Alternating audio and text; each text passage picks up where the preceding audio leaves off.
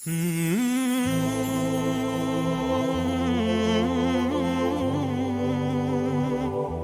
اللہ الرحمن الرحیم والصلاة والسلام علی رسولہ الکریم وعلی آلہ وصحبہ اجمعین۔ اللہ نے ہر دور کے ہر باطل کی ہر صورت کو دعوت کے ذریعے سے توڑا ہے۔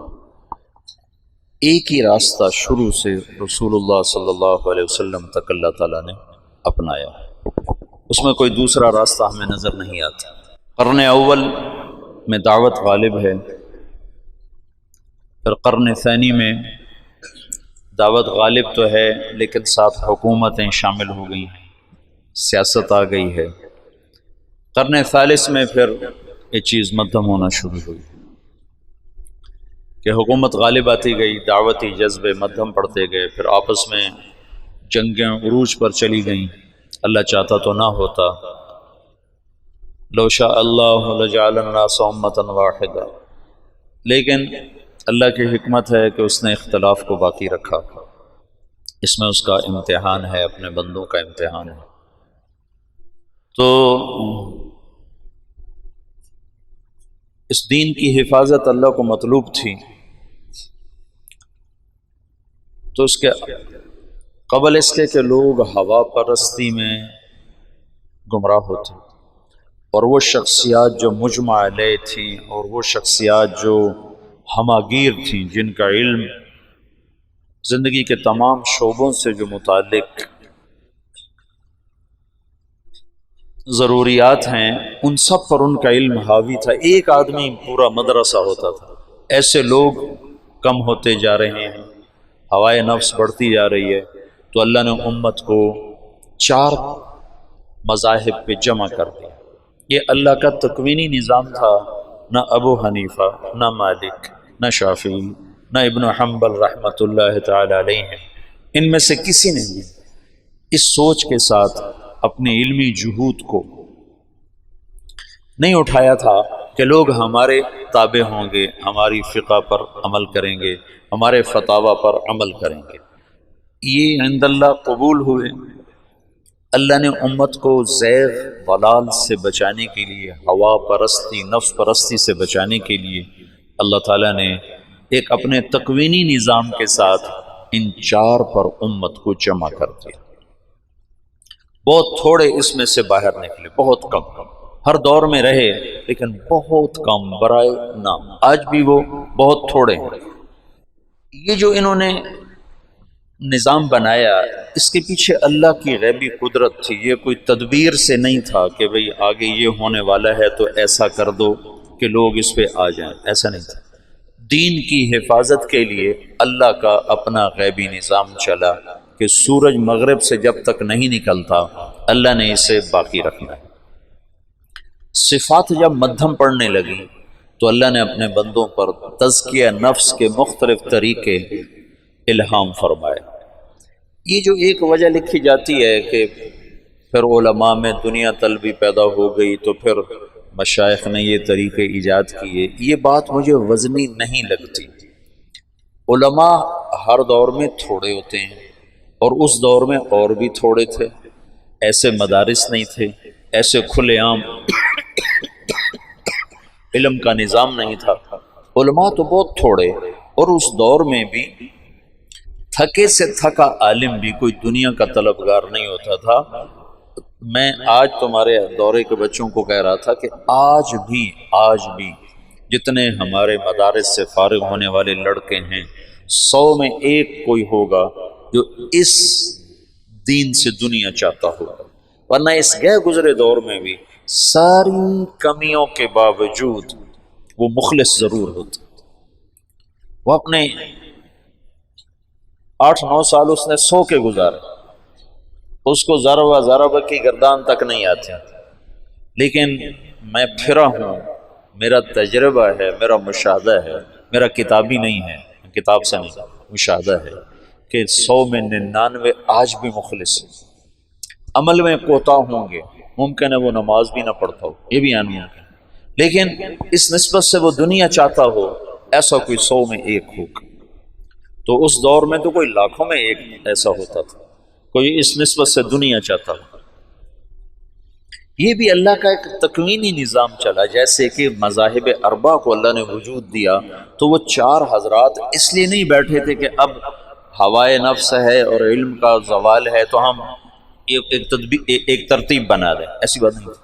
ایسے ہی یہ جو صفاتی محنت تھی یہ اس بنیاد پر نہیں تھی کہ علماء میں دنیا طلبی پیدا ہو رہی ہے، لوگوں میں دنیا طلبی پیدا ہو رہی ہے۔ اس زمانے کے لوگ بہت اعلیٰ صفات کے مالک تھے، ظلم و ستم تھا، ظلم و ستم تھا، وہ بھی بادشاہوں میں، نہ کہ عوام الناس میں، نہ کہ عامت الناس میں۔ تو اللہ کا ایک اپنا غیبی نظام تھا کہ اس نے صفات کو باقی رکھنا ہے، تو اس نے اپنے بندوں پر تزکیہ نفس کے مختلف طریقوں کو زندہ فرمایا۔ امام مالک فرماتے ہیں لن یصلح آخر هذه الامت الا بما صلح به اولها، اس امت کے آخری طبقے کی جو اصلاح ہوگی وہ اس طرح ہوگی جیسے پہلے کی ہوئی۔ قرن اول میں جو اصلاح کا نظام ہے وہ دعوت کا چلا ہے، دعوت کا نظام چلا ہے۔ دعوت کے ذریعے سے، دعوت کی جہد کے ذریعے سے، اللہ کے راستے میں نقل و حرکت کے ذریعے سے علم بھی زندہ ہوا، تزکیہ بھی زندہ ہوا۔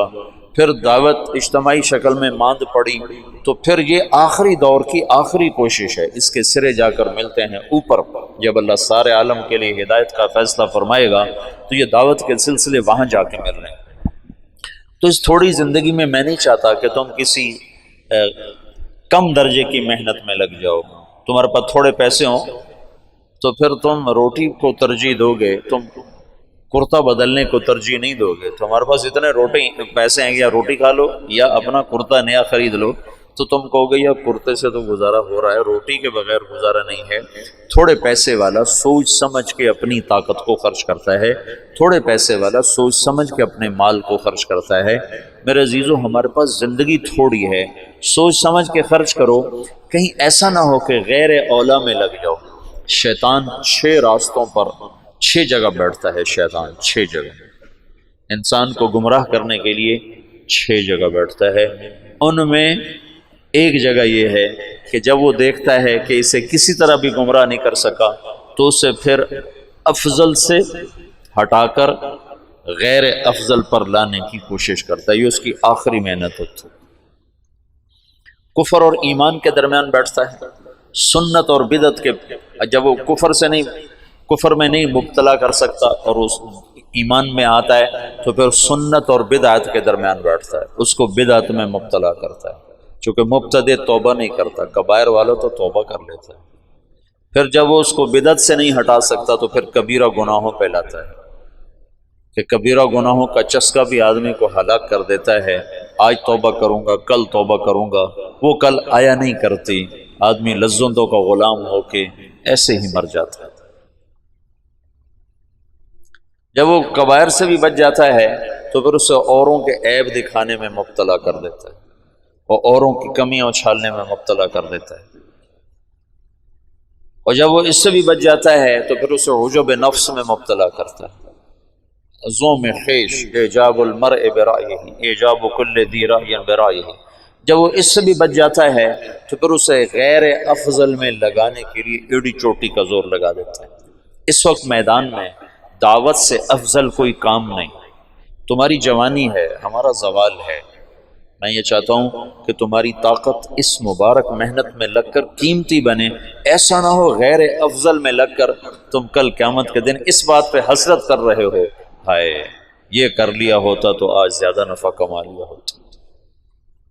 تھانوی رحمۃ اللہ علیہ کا قول متعدد دفعہ ان مجالس میں دہرا چکا ہوں کہ تصوف ہمارے دور کی چیز تھی، آج دعوت کا دور ہے۔ سورہ کہف میں 3 قصے بیان ہوئے ہیں بڑے۔ ایک اصحاب کہف کا سفر ہے، 3 سفر ہیں، ایک اصحاب کہف کا سفر ہے، ایک موسیٰ علیہ السلام کا سفر ہے، ایک ذوالقرنین کا سفر ہے۔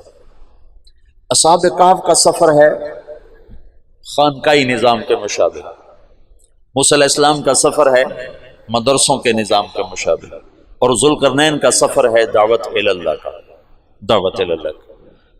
تو تزکیے کا منتہا غار ہے، فَأْوُوا إِلَى الْكَهْفِ يَنشُرْ لَكُمْ رَبُّكُمْ مِنْ رَحْمَتِهِ وَيُهَيِّئْ لَكُمْ مِنْ أَمْرِكُمْ مِرْفَقًا۔ غار پر پہنچے، سفر ختم ہو گیا۔ علم کا سفر مجمع البحرین تک ہے، لا ابرح حتی ابلغ مجمع البحرین او امضی حقبہ، تو علم کا سفر مجمع البحرین پر جا کر ختم ہو۔ ذوالقرنین نے کیوں سفر کیا؟ بادشاہی کے لیے، تو اللہ کو کیا ضرورت ہے ذکر کرنے کی؟ ذوالقرنین نے کیوں سفر کیا؟ فتوحات کے لیے، تو اللہ کو کیا ضرورت ہے ذکر کرنے کی؟ یا اللہ کو کیا ضرورت ہے اس کے مال غنیمت کے افسانے سنانے کی؟ ذوالقرنین کے سفر کی وجہ قرآن میں خود دیکھو، قال اما من ظلم فسوف نعذبه ثم يرد الى ربه فيعذبه عذابا نكرا واما من آمن وعمل صالحا فله جزاء الحسنى وسنقول له من امرنا يسرا ثم اتبع سببا۔ یہ ذوالقرنین نے کیوں سفر کیا، یہ آیت بتا رہی ہے کہ اس نے کیوں سفر کیا تھا۔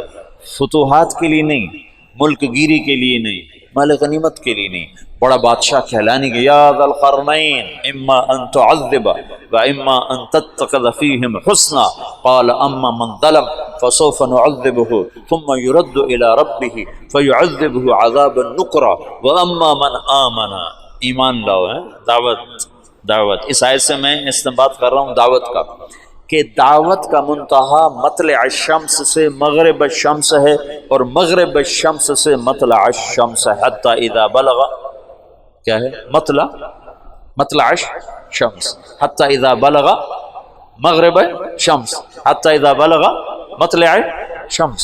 تو دعوت کا جو میدان ہے وہ مشرق سے مغرب سارا عالم ہے، اور وہ تو ابھی عالمی نبی کا عالمی امتی بھی نہیں تھا، ہم تو عالمی نبی کے عالمی امتی ہیں، ہمارا میدان تو ذوالقرنین سے بھی آگے ہونا چاہیے۔ تو ایک سفر ہے ایمان کی حفاظت کے لیے، اس کو تزکیہ سے میں نے تعبیر کیا، اس کا منتہا غار ہے۔ ایک سفر ہے طلب علم کا، اس کا منتہا مجمع البحرین ہے۔ ایک سفر ہے دعوت کا، اس کا منتہا مغرب الشمس اور مطلع الشمس ہے۔ مشرق سے مغرب تک کھلا میدان ہے، گھوڑے دوڑاؤ۔ اگرچہ تمہارے پاس ذوالقرنین کے نہ لشکر ہیں، نہ تمہارے پاس وہ طاقت ہے، لیکن تمہارا اللہ تمہارے ساتھ ہے۔ تم اللہ کے محبوب کی دعاؤں کا خزانہ ساتھ لے کر، فرشتوں کے لشکر ساتھ لے کر تم سارے عالم میں پھرنے والے بنو، اللہ تمہیں ہدایت کا سبب اور ذریعہ بنائے گا۔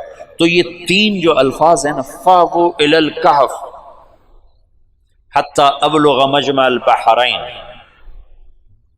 حتی اذا بلغ مغرب الشمس حتی اذا بلغ مطلع الشمس، اس تینوں تعبیرات میں ہر عمل کی وسعت کو اللہ تعالیٰ بیان فرما رہا ہے۔ ایک کی وسعت یا ایک کا منتہا غار پہ ختم ہے، دوسرے کا منتہا مجمع البحرین پر ختم ہے، اور تیسرے کا منتہا مغرب الشمس سے لے کر مطلع الشمس تک پھیلا ہوا ہے۔ تو ہمیں تو اللہ کا نبی کہہ رہا ہے فَلْيُبَلِّغِ الشَّاهِدُ الْغَائِبُ، اور اللہ کہہ رہا ہے لِتَكُونُوا شُهَدَاءَ عَلَى النَّاسِ، فَلْيُبَلِّغِ الشَّاهِدُ الْغَائِبُ لِتَكُونُوا شُهَدَاءَ عَلَى النَّاسِ هُوَ اجْتَبَاكُمْ، چن لیے گئے۔ تو دعوت کی محنت کو تم اندر سے کرو، بیان ضروری نہیں، میں تو تمہیں بار بار کہہ رہا ہوں بیان کی تمنا مت کرو، نہ اس کے لیے کوئی سکیم بناؤ کہ میرا بیان کیا جائے، پیچھے رہو، سارا دن انفرادی دعوت میں کھپو۔ دعوت کا سب سے جو اشبہ بالانبیاء ہے وہ انفرادی دعوت، اشبہ بجہد الانبیاء، انفرادی دعوت اور انفرادی گشت ہے۔ ایسے بیان خطبے تو کبھی کبھی کہیں، روزانہ کے نہیں ہیں، کبھی کبھی کہیں۔ تو اشبہ بالانبیاء وہ یہ انفرادی دعوت، اس میں سارا دن کھپو تپو لگو، خدمت میں ہاتھ اونچا کرو، مجھے لگاؤ، دور گشت میں جانا ہے مجھے بھیجو، بیان کے وقت پیچھے سمٹ کے بیٹھو، آگے منہ کر کے نہ بیٹھو جی 3 دن ہو گئے میرا تو بیان ہی نہیں ہو۔ اس کو اپنی زندگی سے نکالو، ہو جائے اللہ کا نام لے کر اللہ سے مانگ کے بات کرو۔